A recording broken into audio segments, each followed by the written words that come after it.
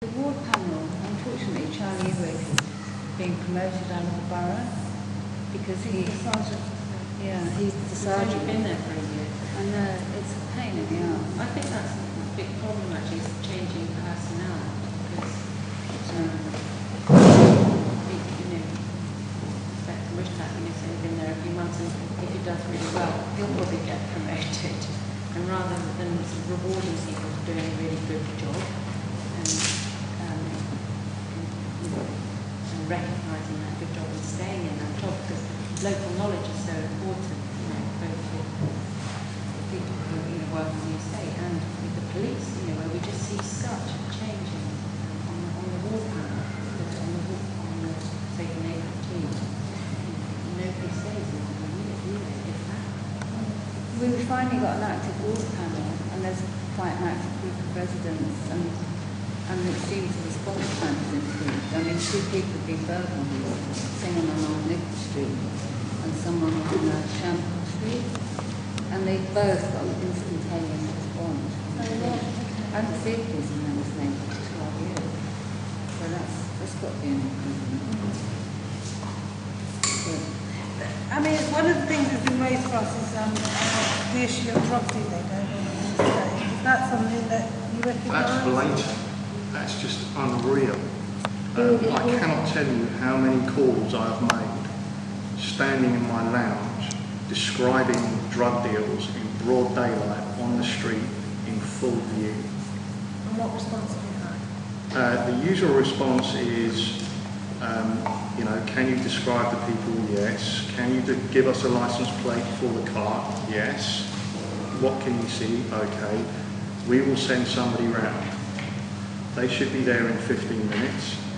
Then an hour later I might get a phone call back. Are they still there? No. Oh dear. Most recently, I had a guy on the phone saying, you know what, I'm not going to tell you that somebody's going to come round, they probably won't. Why don't I pass your number to, was it Safer Neighbourhoods or what other investigation team? They will contact you. Didn't happen. Was that the council antisocial behaviour unit? Well, because they're quite responsive. My experience of the antisocial behaviour unit is that they are a waste of time and money, because on a separate issue we've recently had a problem with somebody coming to stairwell and urinating, and every time I call the cleaner I lodge an antisocial behaviour complaint, and every time I do that I'm told somebody from the ASBO's antisocial behaviour team will contact you within 48 hours. Nothing. Yeah. So, but to come back to the drug dealing, that is something, not just drug dealing, but trading stolen property. It is happening in full view, with families walking past, taking children to and from school. I've walked around the playground at the bottom of Camden Street, and the guy says, "You look tired, do you want to buy some drugs?" And he's standing on the wall of a children's playground. So it is in full view, and as far as policing or detection, all it takes is somebody to come and spend some time. But the problem is, I work for the police, and we get this all the time, and I'm sorry to have to say it's simply a resourcing issue. It's not that they don't care, they're not bothered. It is purely down to resourcing. Well, and it does have a level of priority. It's given a level of priority, which is very low. I think this is an interesting idea about priority, because the question that I find turning over in my mind is, what is the cost? I'm a leaseholder, and I have made a considerable investment to come and live here. And I suspect that having people buying and selling drugs in the street directly outside my home considerably damages my investment. And I think if you take that loss and multiply it per household, per leaseholder, just in my block or on my street, you're then talking about something that has a cost that runs into tens and hundreds of thousands of pounds potentially. It's not a small thing, and it's not something that can be dismissed as a matter of resourcing.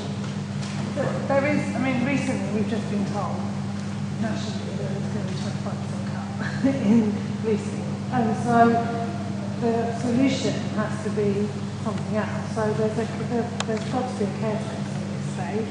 We've got antisocial behaviour officers, and we've got police officers, we've got well, so they're asking to say is how do we actually coordinate those services? Maybe it's not the police that they need to call, residents need to call, maybe it's the other services that are already in the state, and we need to get better at coordinating those responses. So all these people are already in the state. Their caretaker definitely, town, its homes, will be on the estate and will be based on the estate. There is no caretaker, there is only cleaner. Is that right, Michelle? There's a caretaker for each block. That's what I thought it was, yeah. In situ? There's a caretaker responsible for a block. They sometimes cover, several blocks, but there's one responsible for each. State officer around here to come and look at the cases, so I don't know who is it. So you don't know your caretakers? And No. you don't, and you're saying... Only the service people come in and cleaning the Right.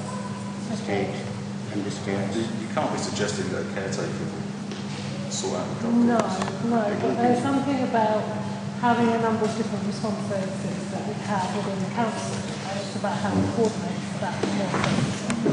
What we need is more policing here and coming. Well, I think the reality is you're not going to get more policing on this side. No. That's not going to happen.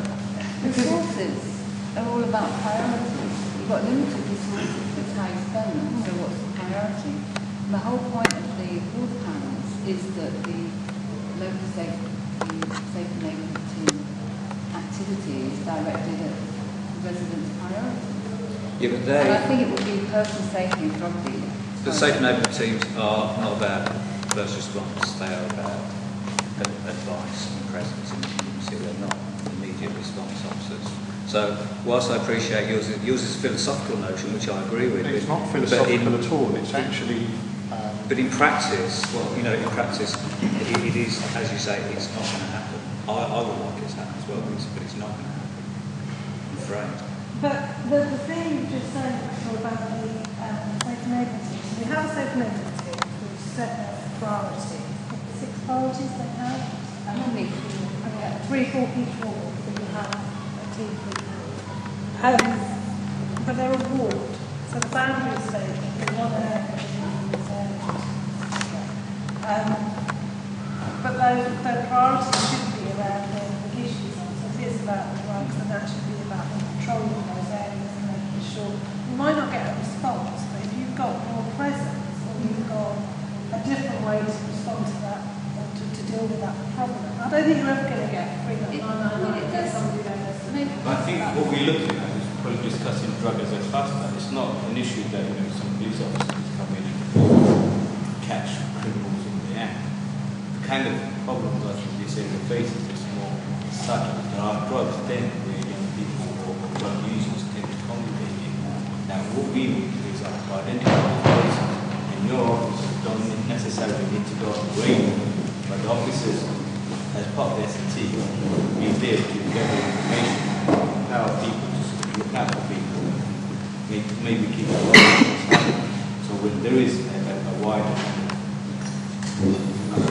operation by drugs officers that could be targeted with that, this is what we're talking about, because there's no point, 15 police officers coming and running a place where there is no drug use or drug dealers.